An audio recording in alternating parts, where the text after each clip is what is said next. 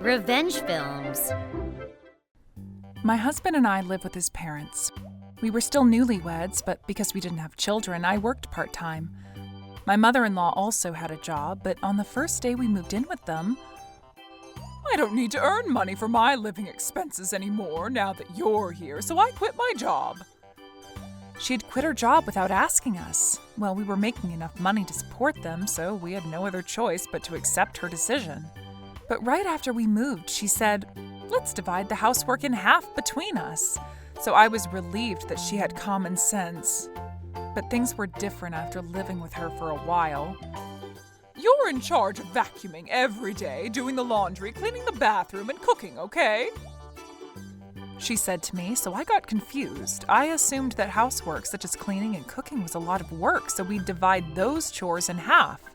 I decided to ask my mother-in-law, but I was still a newlywed and I honestly wanted to maintain a good relationship with her. So I asked her with a humble attitude, "Huh? What are you going to do then?" "I also have things to do. I'll water the flowers, and I'll go shopping for groceries, so don't forget to give me some money for the living expenses."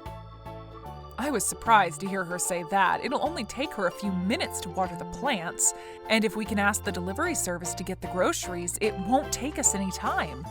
I didn't know if we could call those chores housework, but because we just started living together, I held in my frustration and smiled to the end of the conversation.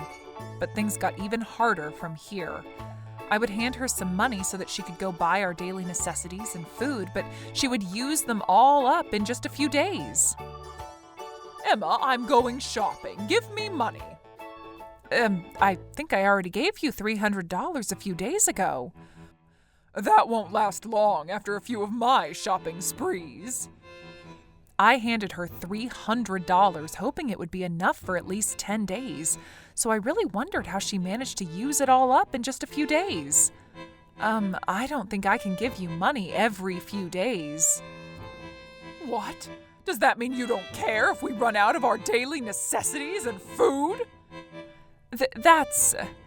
Even if I went to buy them instead, I knew she would also go anyways, so I reluctantly handed her $150 again.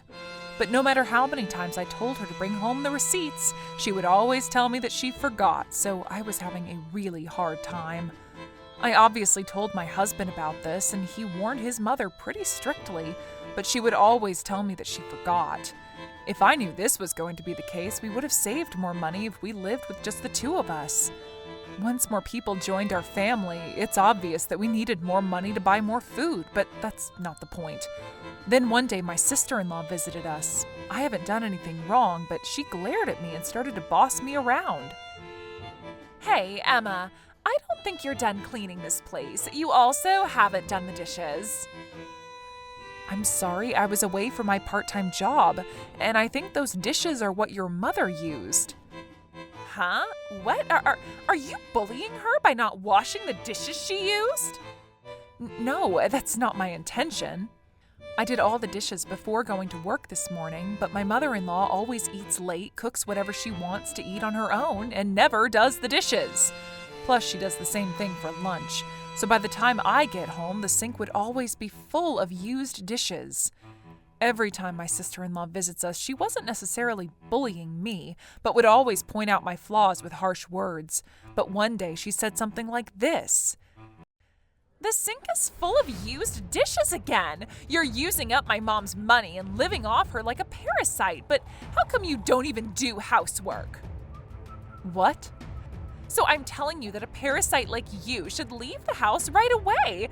It's as if you're stealing money from my old mom. Don't you feel bad for her? I bet mom can't even say much because she gets easily afraid, but I won't forgive you." I found out what kind of lies my mother-in-law was telling her. Oh, I see. I get it now. I'll talk to my husband about it. So when my husband came home from work, I told him everything that my sister-in-law told me. Then he obviously got furious, and we both decided to leave the house right away. Fortunately, we didn't have to find a new place to live. My husband's company had a nice dorm with a brand new kitchen, so we just had to move our stuff there. We decided to move the big stuff later and packed all our necessities around us into our bags. The next day, when my sister-in-law visited, we decided to move out just like you asked us to. I bet your mother no longer wants to live with a parasite like us, so good for her. Then my mother-in-law looked in our direction, shocked.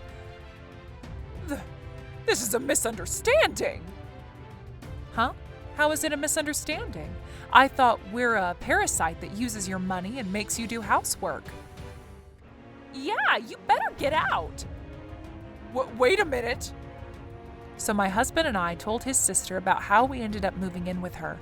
We used to live as a family of 2, but doing all the housework alone must be hard, and she might have to die alone with her insufficient income, so they begged us to move in with her.